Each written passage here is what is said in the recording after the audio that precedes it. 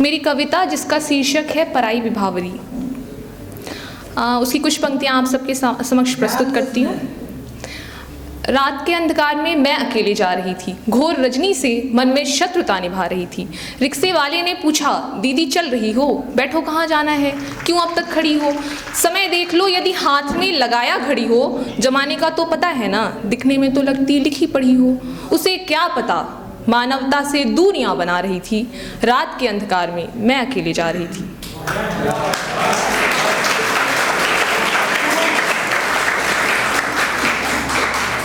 अधम से नहीं मंतव्य से डर लग रहा था, भीति के समक्ष किला आश्वास का अब ढह रहा था।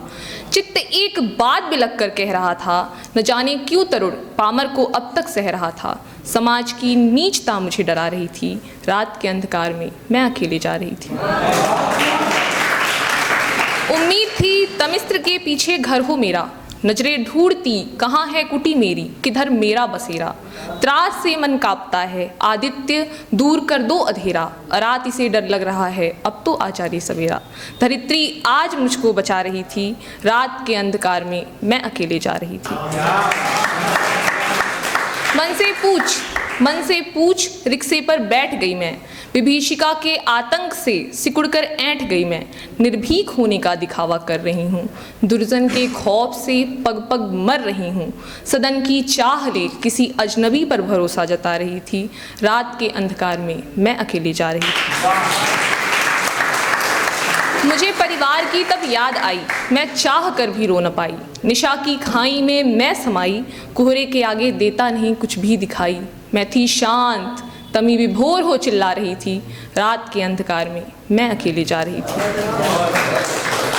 कुटुंब को देखने की हो रही थी इच्छा, साध्वत से मांगती हूँ अविचल हौसले की भिक्षा।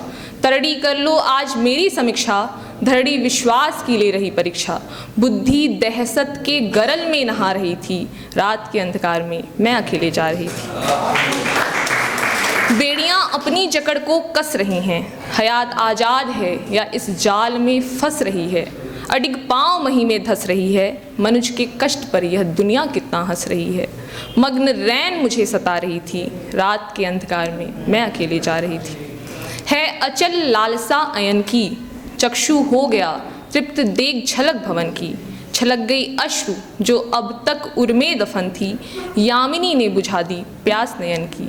लगता है सरवरी मेरी जिंदगी लौटा रही थी, जो मुझे अपनों की खुशबू आ रही थी। किरणें मुझे घर का रास्ता दिखा रही थी, रात से दूर मैं अद्वितीय अपनापन पा रही थी, रात से दूर मैं अद्वितीय अपनापन पा रही थी। एक कविता मेरी एक कविता है जिसको मैंने दुष्कर्म पे लिखा है, उसकी पंक्तियाँ आप सबके समक्ष प्रस्तुत करती हूँ। उज्जैन में जो केस हुआ था उस पे लिखा है। धन्यवाद सर। भय से कर रही वह याचना है, निकट आने से करती मना है। आत्मा चीखती बहती अश्रुधारा, हृदय नीचता के समक्ष हारा। विनती कर रही आत्मा उसकी, पाँव के नीचे से जमीन खिसकी। ऐसा कर्म हमने क्या किया है, जो पापियों ने पीछा किया है। बिना अपराध कहती माफ़ कर दो, मेरा दुर्भाग्य मेरे खिलाफ कर दो।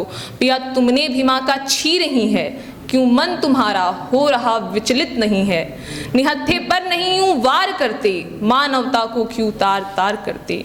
प्राणों पर तनिक दया दिखाओ, मेरे मन को नहीं शर्वरी का घर बनाओ। बिलखती है वह हिय की वेदना से, बेखबर होती जा रही है चेतना से। भयावह दृश्य क्यों मुझको दिखाते, तम कोठरी में क्यों खींच लाते। भीषण प्रहार से भाग्य को विपरीत मानूं, मैं किससे दया की भीख मांगूं। पातकी रोग खुद की दुष्टता को, त्याग दे इस क्षुद्रता को। भला किस जनक का सम्मान है तू, जननी की कोख का अपमान है तू, जननी की कोख का अपमान है तू। मुझे हे नाथ मुझे हे नाथ अब तुम ही बचाओ, तिमिर में आस का दीपक जलाओ। इस अपराध को कैसे भी रोको, अथवा धरा को ही अग्नि में झोंको। जलाकर राख कर दो संसार सारा, अधम ने मानवता को अनेकों बार मारा। धरित्री का अस्तित्व ही अब नष्ट कर दो, नारी की प्रबलता स्पष्ट कर दो। नहीं हम वासना का हिस्सा बनेंगे, नहीं हम खून में लथपथ मिलेंगे। विध्वंस के चरम पर ही दुर्जन झुकेगा, धरा खुद ही जलेगी तो अंधेरा क्या टिकेगा। धरा खुद ही जलेगी तो अंधेरा। Thank you sir. न जग होगा न मलीन लाल होंगे, न नारी होगी न उसके काल होंगे। हवसी नेत्र मुझे डरा रहा है, पामरता का आकार बढ़ता जा रहा है। कुकर्मी वासना का वार सहना, घिनौनी चाह का शिकार बनना। इस अपराध पर भी मौन रहता, जग मनुष्यता का ढोंग करता। मैं उस क्षण चीखती कोई तो आए, जो इस भेड़िए को नोच खाए।